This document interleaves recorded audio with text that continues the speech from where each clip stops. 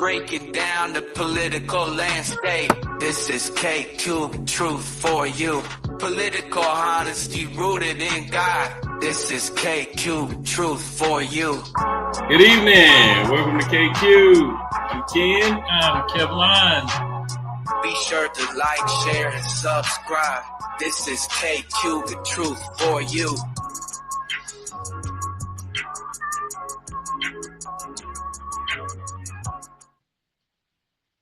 Good evening. Welcome to KQ. I am Ken. I am Kevlon. Okay, and we OG forever, baby. Yeah. I got OG splatter data. Hot damn. Look here, man. Congratulations to the world. You now are in Trump land again. Who knows how this is going to go? Well, I know how it's going to go, but I'm not going to tell you. We're gonna guess. I'm gonna let you guess. I'm gonna let you figure it out on your own. But we're sitting here in a pretty good place. Unemployment, Ken. How's unemployment looking? Unemployment's looking pretty good right this minute. I mean, I even checked the Dow today, and it looked like the Dow was still on the rise. Based on the same trajectory it was already on. Everything seems to be twerking along in a good fashion. Yeah, looks like we have immigration down to, and I'm going to say this slowly for all of the people in the back. It's down below the Trump era after COVID. So it literally is lower than when immigration was not even happening due to COVID. So there you go. Crossings are down. Yeah. Oh man, they were down so low that you know what the administration did in an executive order? He canceled. Yeah, he canceled the doggone app that they were using to pre-set up their appointments so they could come in, legally and orderly. He had them disband the entire app. So people that were already on deck to, come in and plead their case and try to come in legally, nah, sorry. Yeah, turned them back. Yep. Turned them all back. Another thing that's pretty good, crime is down.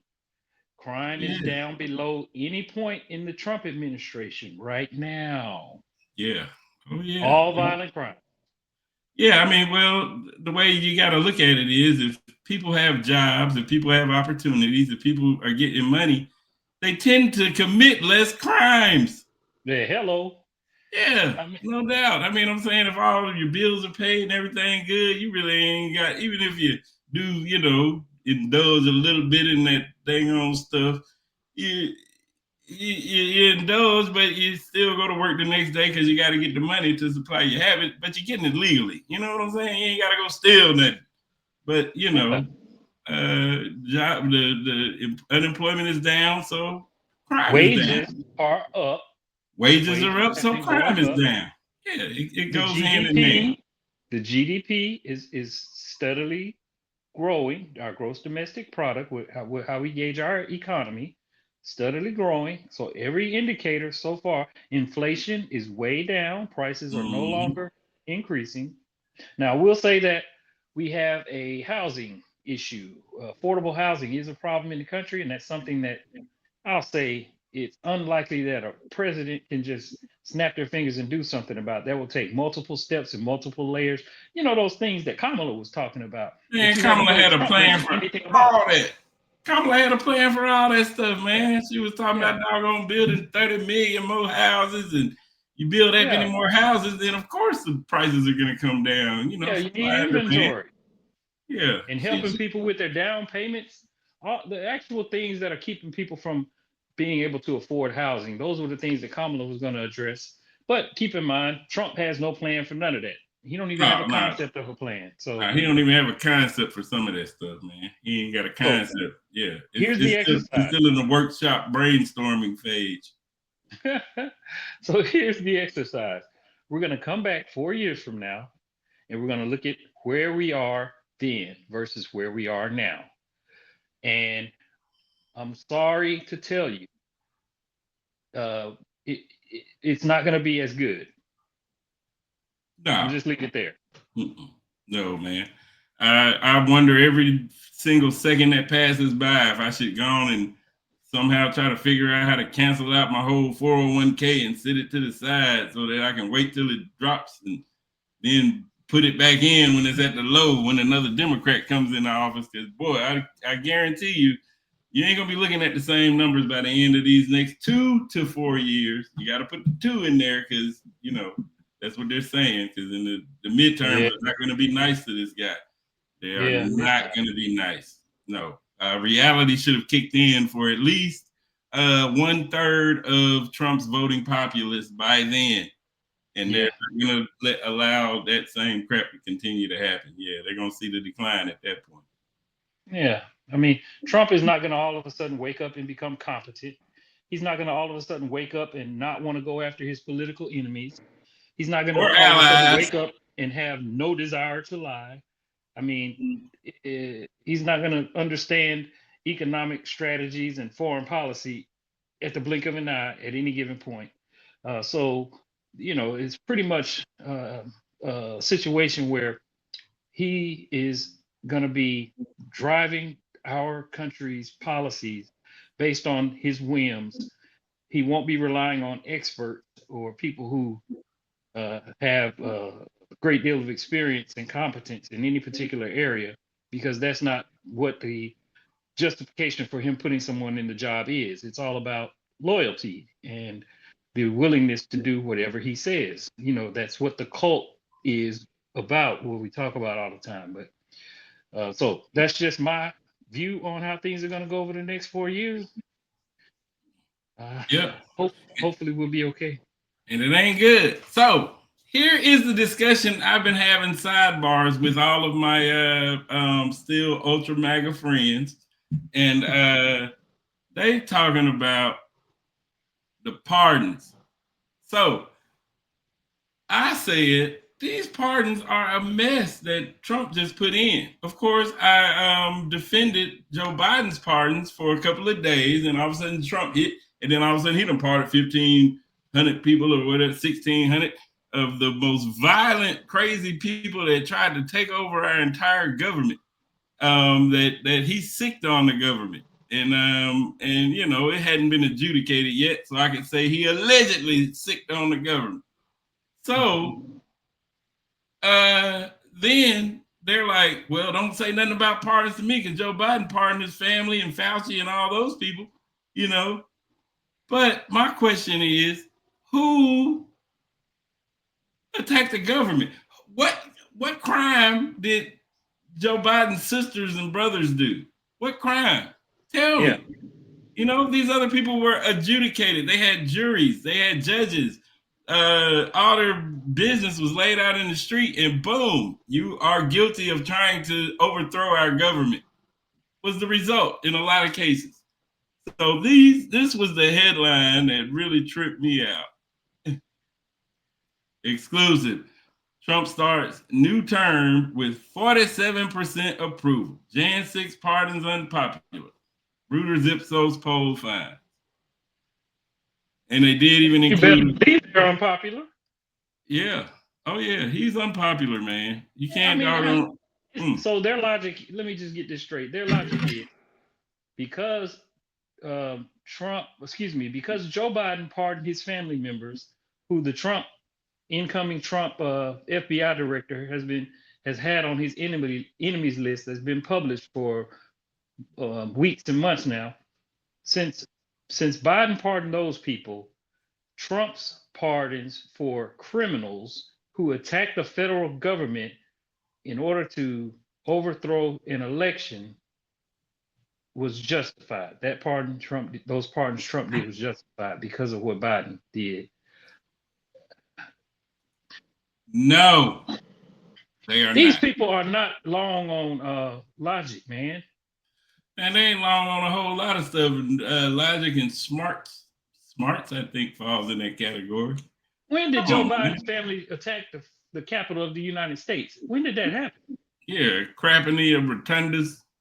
Yeah, building the gallows, yelling "Hang Mike Pence." I didn't know Joe Biden's family members did that. I could now, if they did do it, I could see why they would be upset that he pardoned them, but they didn't do that. Yeah. That's why I love this clip. So the clip, I love it because they included January 6th footage. All right, guys, check this out. Mm-hmm.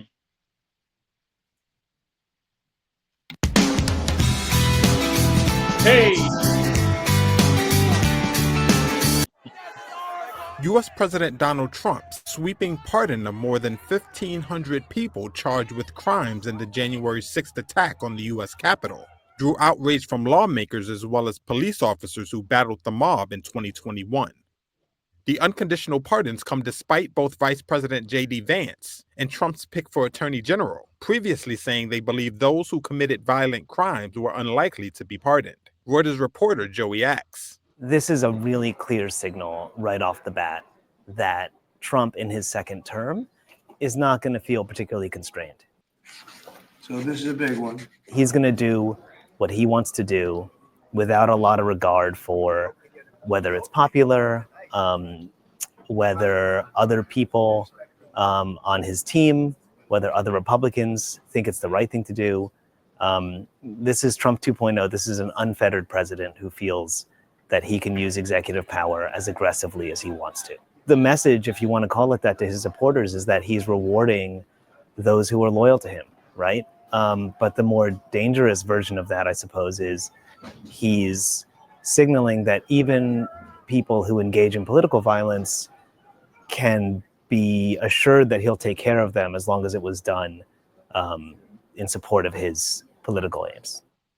Trump's pardons extended from the people who committed only misdemeanors such as trespassing to those who attacked police officers and to the far smaller group who planned the assault on democracy. An attorney for Enrique Tarrio, former leader of the Proud Boys, said he was released from prison on Tuesday. Tarrio was not present at the Capitol on January 6, but was serving 22 years in prison, the longest sentence imposed on any defendant, after he was convicted of seditious conspiracy for his role in planning the attack. Stuart Rhodes, the former leader of the Oath Keepers militia, who had his 18-year prison sentence commuted, was released as well. Rhodes was one of 14 people whom Trump released from prison early without fully pardoning them. That means they will continue to face some restrictions, including a ban on owning firearms. But that also means that Enrique Tarrio can get to own firearms once again. Huh? How is he going to attack the government again if he don't get a firearm, Ken? I mean, flash grenades, whatever, backpacks. Some Republican lawmakers have criticized the pardons, including Senator Tom Tillis, who said pardoning rioters who assaulted police sent the wrong message. Craig Sicknick, the brother of Capitol Police Officer Brian Sicknick, who was assaulted during the riot and died of multiple strokes the next day, called Trump's action despicable, and that it, quote, proves the United States no longer has anything that resembles a justice system. More than 600 people were charged with assaulting or obstructing police during the riot, according to U.S. Justice Department figures. Some 140 police officers were injured. Michael Fanone, a former officer with Washington's Metropolitan Police Department, who suffered severe injuries during the riot, said he was upset that 6 people who assaulted him that day would walk free. Brian Sicknick also got a restraining order. Yeah, he put in a restraining order against the people that attacked him. Yeah, the Capitol Police are going through crap now because y'all done let these idiots go. And who knows what they're capable of or what they're thinking of doing next, man. They done doggone attack the whole dang Capitol, man.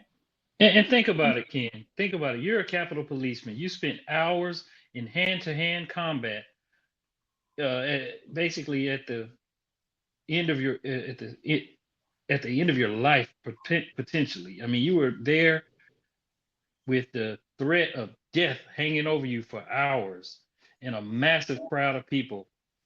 You escape with your life. People leave.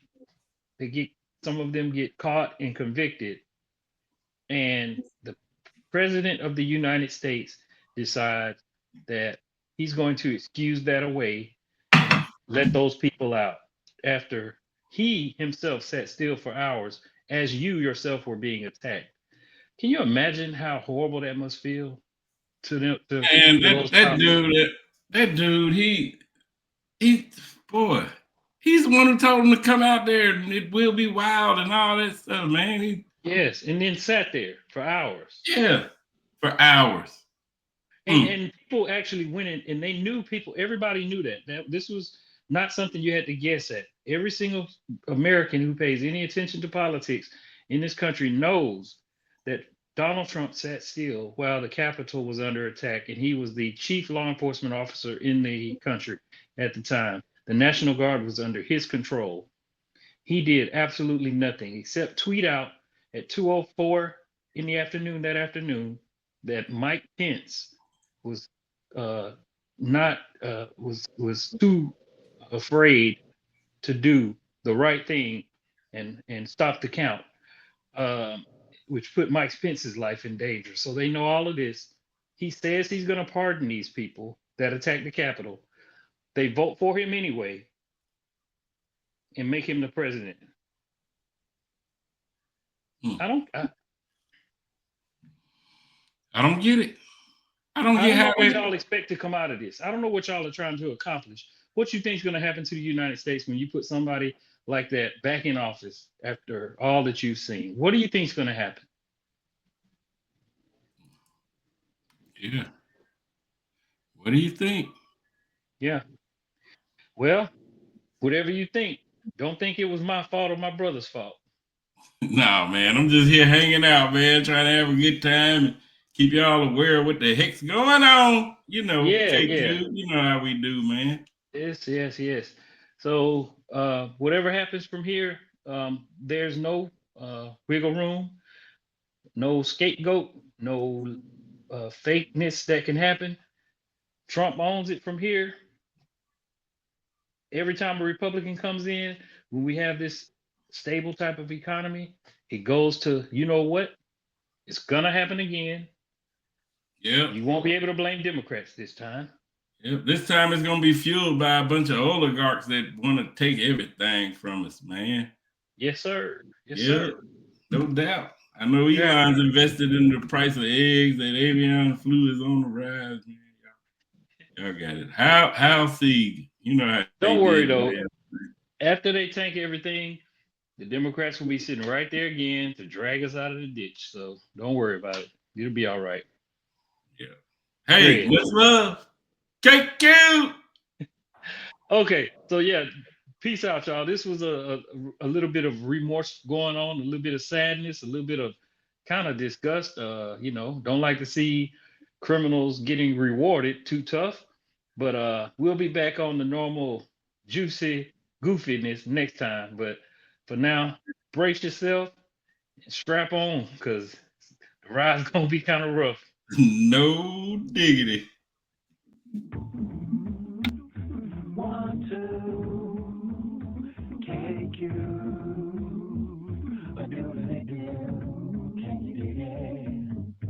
And all I wanna do is just listen to you. Politics 72. Can you dig it?